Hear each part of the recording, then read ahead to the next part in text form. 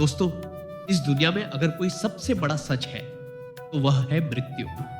हम सब जीवन की भागदौड़ में इतने खो जाते हैं कि सत्य को भुला देते हैं। लेकिन मौत ऐसा मेहमान है जो किसी को भी कभी भी बिना बुलाए आ सकता है।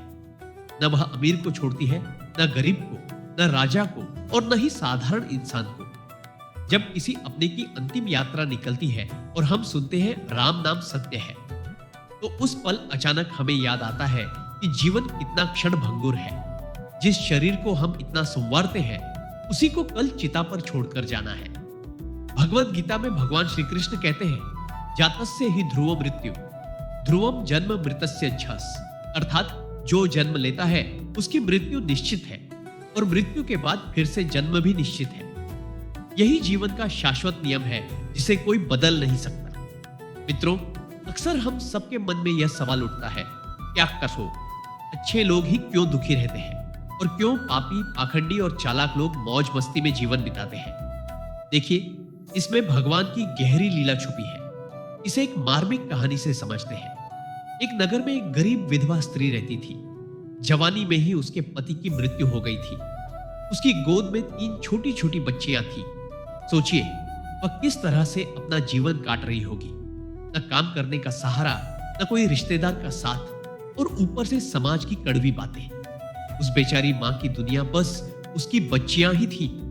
वह दिन रात पति की याद में रोती रहती और मन ही मन सोचती रहती, हे भगवान, इन बच्चियों का पालन पोषण कैसे होगा, इनकी शादी कौन करेगा, इनके जीवन का सहारा कौन बनेगा। लगातार चिंता और दुख में वह बीमार पड़ गई। जीवन की सारी ताकत मानो खत्म हो गई थी। अब उसका अंत समय पास आ चुका था। इसी बीच धर्मराज का एक दूत उसके प्राण लेने के लिए पृथ्वी पर आया। वह दूत जब उस स्त्री के प्राण लेने लगा तो उसकी करुण पुकार सुनकर सारा वातावरण द्रवित हो उठा।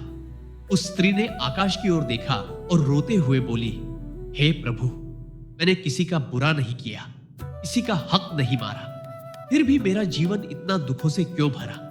अगर मुझे ही दुख देना था तो कम से कम मेरी इन मासूम बच्चियों का तो ख्याल रखना। उसी समय आकाशवाणी हुई, हे सती स्त्री, तुम्हारा दुख व्यर्थ नहीं जाएगा। तुम्हारे त्याग और तप से ही इन बच्चियों का भविष्य संवर जाएगा। अच्छे लोगों को भगवान दुख इसलिए देता है ताकि उनका अंतःकरण और भी निर्मल हो जाए और उनका नाम अमर हो। भगवत गीता में भगवान श्री कृष्ण कहते हैं, कर्मण्येवाधिकारस्ते मां फलेषु कदाचन। अर्थात तुम्हारा अधिकार केवल कर्म करने में है, फल देना मेरा काम है। यही कारण है कि अच्छे लोग दुख सहते हैं, क्योंकि उनके दुख से ही भविष्य की पीढ़ियों के लिए उजाला निकलता है। उनके दुख वास्तव में उनकी आत्मा की परीक्षा होती है। जब धर्मराज का दूत उस स्त्री के प्राण लेने पहुंचा तो वहां का दृश्य देखकर उसका मन कांप उठा। वह देखता है, विधवा मां जमीन पर अचेत पड़ी है और उसकी तीनों बच्चियां उसके ऊपर सिर रखकर रो रही हैं। सबसे छोटी बच्ची तो मां के स्तनों से लिपटी हुई थी, जैसे कह रही हो, मां, तू मुझे छोड़कर मत जा। यह दृश्य इतना करुणामयी था कि कठोर से कठोर हृदय भी पिघल जाए। एक बच्ची बार बार मां को झकझोरकर जगा रही थी, दूसरी रोते रोते मां के ऊपर ही सो गई थी। देवदूत यह देखकर दुविधा में पड़ गया। उसने सोचा, इन बच्चियों का पिता तो पहले ही इस दुनिया से चला गया। अगर आज मैं इनकी मां को भी ले जाऊं तो इन मासूमों का सहारा कौन बनेगा, कौन इनका पालन पोषण करेगा, कौन इनकी रक्षा करेगा। उसके मन में दया जागी। वह सोचने लगा, पृथ्वी लोक के मनुष्य तो इतने स्वार्थी हो गए हैं कि बिना मतलब के कोई किसी का सहारा नहीं बनता। यदि कोई मदद करता भी है तो बदले में उम्मीदें रखता है या फिर जीवन भर एहसान जताता है।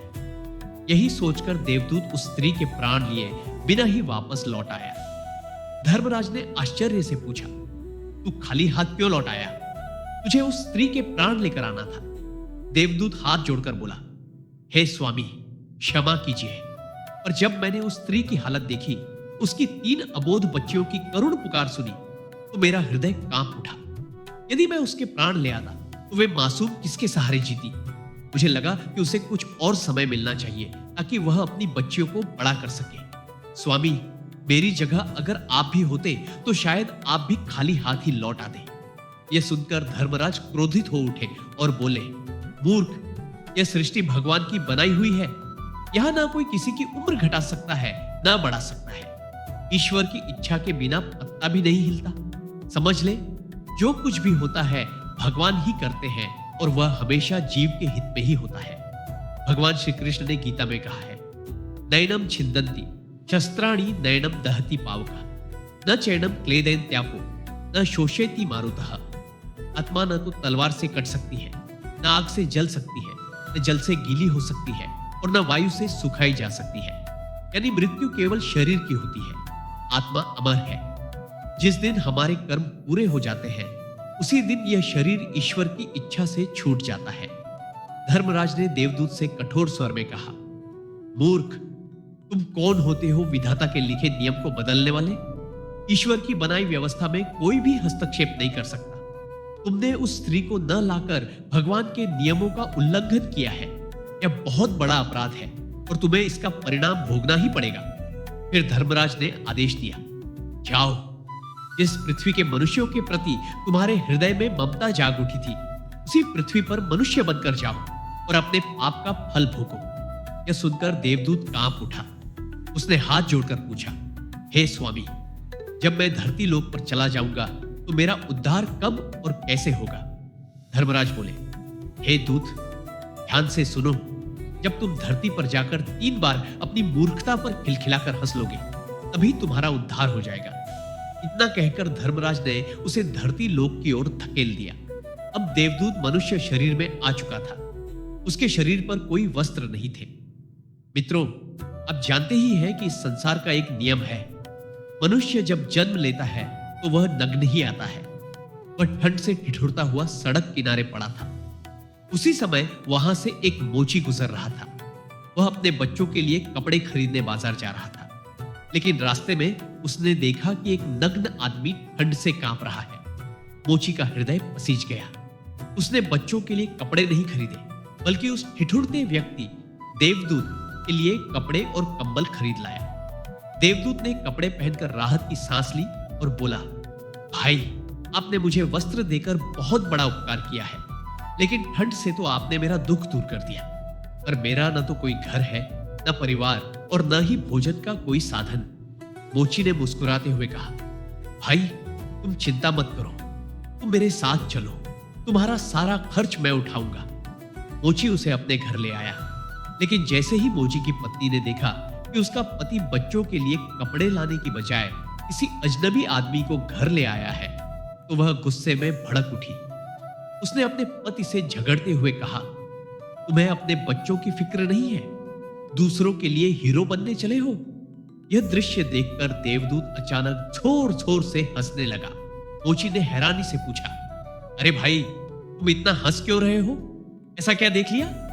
देवदूत बोला, हे भाई, मेरी इस हंसी का रहस्य मैं अभी नहीं बता सकता, लेकिन समय आने पर मैं स्वयं तुम्हें सब कुछ बताऊंगा। भगवत गीता में भगवान श्री कृष्ण कहते हैं, सुख दुखे समे कृत्वा लाभ लाभो जया जयो ततो युद्धाय युज्यस्व नैवं पापम वाप्स्यसि। अर्थात सुख दुख लाभ हानि जीत हार को समान दृष्टि से देखो, यही सच्चा धर्म है। यही कारण है कि मोची ने अपने स्वार्थ को त्याग कर परोपकार किया, जबकि पत्नी ने स्वार्थ के दृष्टिकोण से देखा। यह संसार हमेशा इसी द्वंद्व से चलता है। मित्रों, अब वह देवदूत मोची के घर पर ही रहने लगा था। कुछ ही दिनों में उसने मोची का सारा काम सीख लिया। उसके बनाए जूते और चप्पल इतनी सुंदर और मजबूत होती कि देखते ही लोग खरीद लेते। धीरे धीरे उसका नाम दूर दूर तक फैल गया, यहां तक कि राजा महाराजा भी उसी से जूते बनवाने का आदेश देने लगे। मोची की किस्मत चमक गई थी। अब न धन की कमी थी, न काम की। घर खुशियों से भर गया। एक दिन की बात है, राजा का एक सैनिक कीमती चमड़ा लेकर आया। उसने कहा, सुनो, यह बहुत ही कीमती चमड़ा है। हमारे महाराज इसी से जूते बनवाना चाहते हैं। ध्यान रहे, ये खराब ना होना चाहिए। और हाँ, जूते ही बनाना, भूल से भी चप्पल मत बना देना।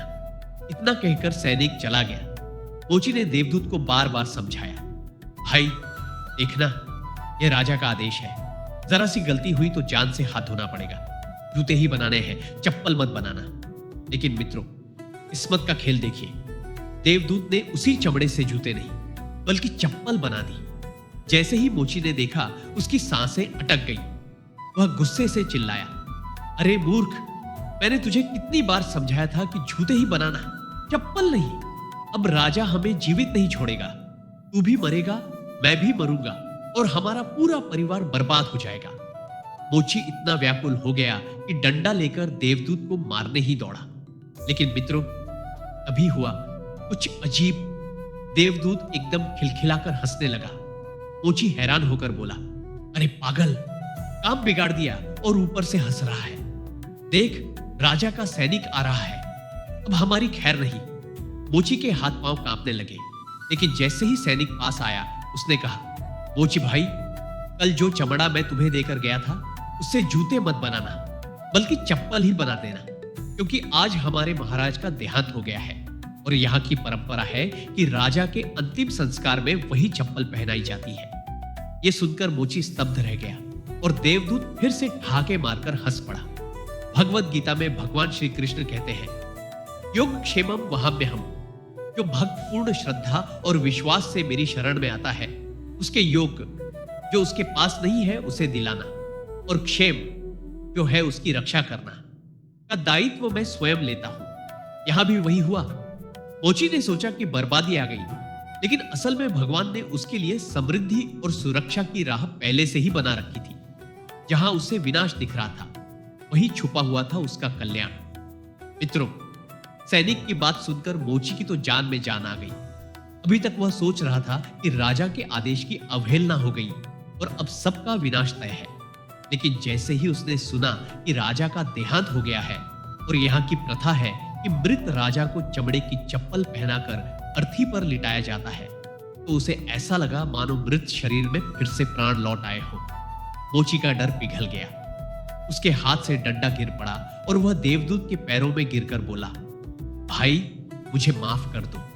मैं तुम्हें कितना बुरा भला कह रहा था, पर असल में तो तुम्हारी ही बनाई चप्पल ने मेरी जान बचा ली।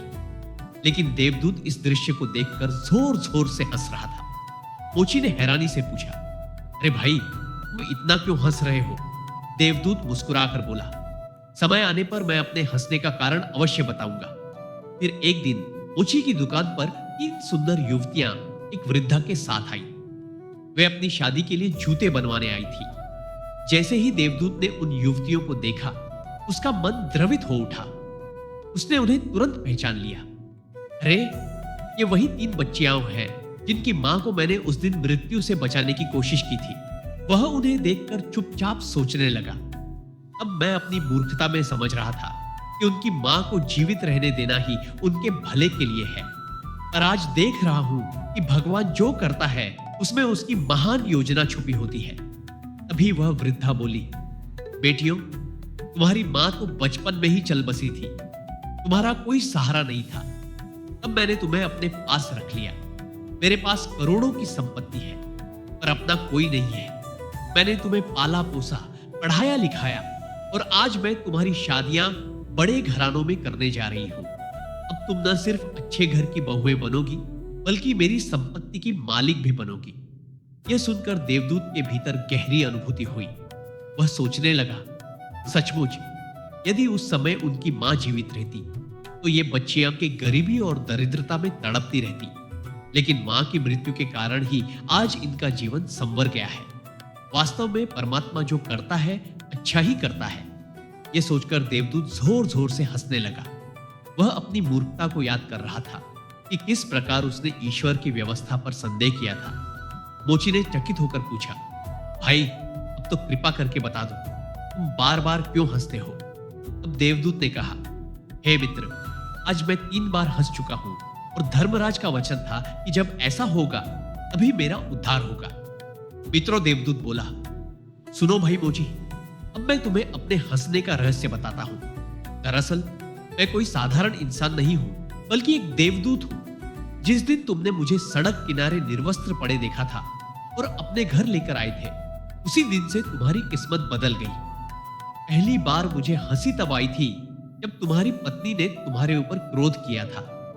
वह दुखी थी क्योंकि तुमने अपने बच्चों के कपड़ों के पैसे खर्च कर मुझे कंबल और वस्त्र दिला दिए। उसे केवल तत्काल का नुकसान दिखाई दे रहा था, पर वह यह नहीं जान पा रही थी कि मेरे आने से तुम्हारा जीवन पूरी तरह बदलने वाला है। यही तो इंसान की सबसे बड़ी भूल है। वह केवल सामने का दुख देखता है, लेकिन भविष्य में छिपे सुख को नहीं देख पाता। दूसरी बार मुझे हंसी तब आई थी जब राजा के लिए बने जूतों की जगह मैंने चप्पल बना दी और तुम मुझे डंडे से मारने दौड़े। तुम्हें डर था कि अब राजा हमें मौत की सजा देगा, लेकिन उसी समय राजा का देहांत हो चुका था और परंपरा के अनुसार उसके अंतिम संस्कार के लिए चप्पलों की ही आवश्यकता थी। तुम केवल वर्तमान का भय देख रहे थे, पर मैं आने वाले परिणाम को जानता था। तीसरी बार मुझे हंसी तब आई जब तीनों लड़कियां अपनी शादी के लिए जूते खरीदने आई। वही लड़कियां जिनकी मां के प्राण लेने से मैंने इनकार किया था और उसी कारण मुझे धरती पर भेजा गया। मैंने सोचा था कि मैंने उनका भला किया है, पर धर्मराज ने कहा कि तुमने अन्याय किया है।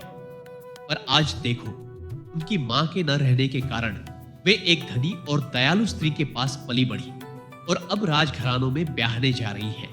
अगर उनकी मां जीवित रहती तो शायद ये गरीबी और दुख में जीवन बिताती। यही है परमात्मा की लीला। जिसे हम बुरा समझते हैं वही हमारे जीवन का सबसे बड़ा वरदान बन जाता है। ये कहकर देवदूत ने गहरी सांस ली और बोला, अब मुझे समझ आया कि वास्तव में परमात्मा जो करता है हमेशा जीव के भले के लिए ही करता है।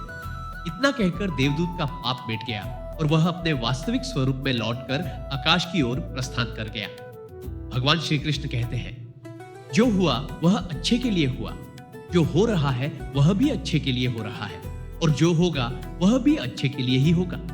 भाई, यही शिक्षा श्रीमद् भगवत गीता में भी दी गई है। भगवान श्री कृष्ण अर्जुन से कहते हैं, हे अर्जुन, जो हुआ वह अच्छे के लिए हुआ, जो हो रहा है वह भी अच्छे के लिए हो रहा है और जो होगा वह भी अच्छे के लिए ही होगा। मनुष्य केवल वर्तमान का छोटा सा अंश देख पाता है, लेकिन ईश्वर संपूर्ण काल का दर्शन करते हैं। हमें जो भी मिलता है, चाहे सुख हो या दुख, वह हमारी आत्मा की उन्नति के लिए ही होता है। दुख हमें मजबूती देता है और सुख हमें कृतज्ञ बनना सिखाता है। इसलिए हमें हर परिस्थिति को भगवान की इच्छा मानकर स्वीकार करना चाहिए। जब मनुष्य यह समझ लेता है कि ईश्वर जो करता है हमारे भले के लिए करता है, तब उसके जीवन से भय और दुख दोनों मिट जाते हैं। इस तरह कहानी का यह हिस्सा एक गहरे संदेश के साथ समाप्त होता है। हर घटना में ईश्वर का हाथ है। जो हमें आज बुरा लगता है वही कल हमारे जीवन का सबसे बड़ा आशीर्वाद साबित हो सकता है। यह कथा हमें यही सिखाती है कि चाहे हालात कितने भी बुरे क्यों ना लगे, ईश्वर की योजना हमारी समझ से कहीं बड़ी होती है। मनुष्य को चाहिए कि वह विश्वास रखे और धैर्यपूर्वक अपने कर्म करता रहे। मित्रों, यही कारण है कि अच्छे लोगों को दुख मिलता है, क्योंकि ईश्वर उनके दुख को आने वाली पीढ़ियों के सुख और कल्याण में बदल देता है। मित्रों, कमेंट में अपनी प्रतिक्रिया जरूर दें। धन्यवाद।